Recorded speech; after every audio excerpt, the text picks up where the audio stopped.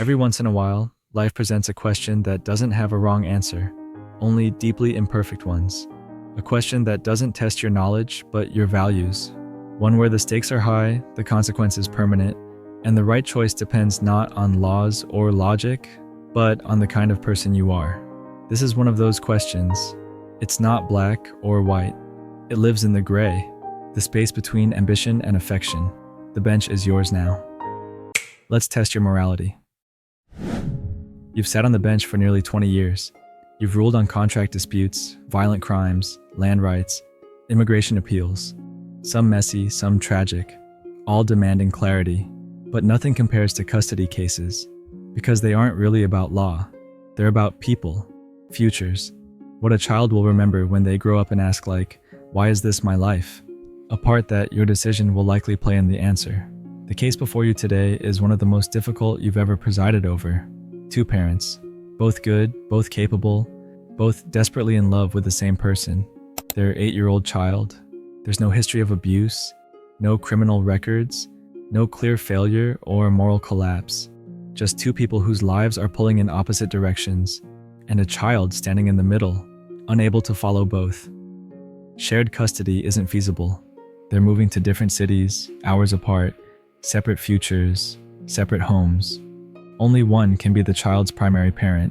The other will get scheduled visits, weekends, holidays, phone calls. You look at the mother's case first. A corporate lawyer, sharp, successful, articulate. Her courtroom composure is unshakable, even here. She's offered a life of elite education, private instruction, curated experiences, museums, travel, advanced curriculum. Her parenting style is structured. High expectations, tight scheduling, clear boundaries. She's getting remarried to a nice man with a stable job and kids of his own. She's pregnant and wants her children to grow up together. She wants a fresh start, but it means uprooting her son from everything he knows. His school, his friends, his extended family, even his father. It means long hours at work and frequent reliance on a nanny. It means dinners with the family only a few nights a week, but also opportunity, exposure, and ambition. Then there's the father, a high school principal in a quiet town where neighbors wave and the mailman knows the dog's name. His life is modest, his income is practical, but he has something rare, time. He picks his son up from school, packs his lunches, volunteers at the science fair, coaches t-ball. His parenting is soft-edged, more about listening than lecturing, more about showing up than showing off. He says, "This boy is my whole life." You believe him. He's not seeing anyone. He's not distracted. His house is full of small joys. Pancakes on Saturdays, comic books on the couch, muddy sneakers by the door. His support system is rooted. Grandparents a block away. Uncles who stop by unannounced. Neighbors who've known the boys since he was born.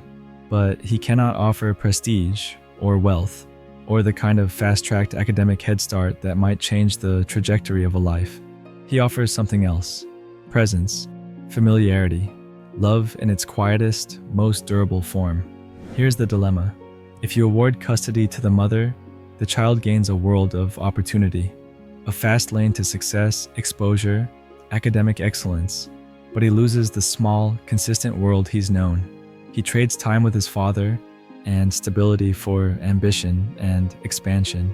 He may one day thrive in it, or feel he was taken from a simpler, more loving world too soon. If you award custody to the father, the child remains grounded in familiarity, in daily affection, in slow, attentive love. But he may grow up with questions about what could have been, about the half-sibling raised elsewhere, about the life just out of reach. You've read the reports. You've watched them testify. You've reviewed the expert assessments, the school evaluations, even the child's own quietly drawn crayon depictions of home. And now, in your chambers, you sit alone. No jury, no tie-breaking vote, just you. You know that no matter what you decide, you are shaping the emotional architecture of this child's life, his memories, his routines, his definition of home.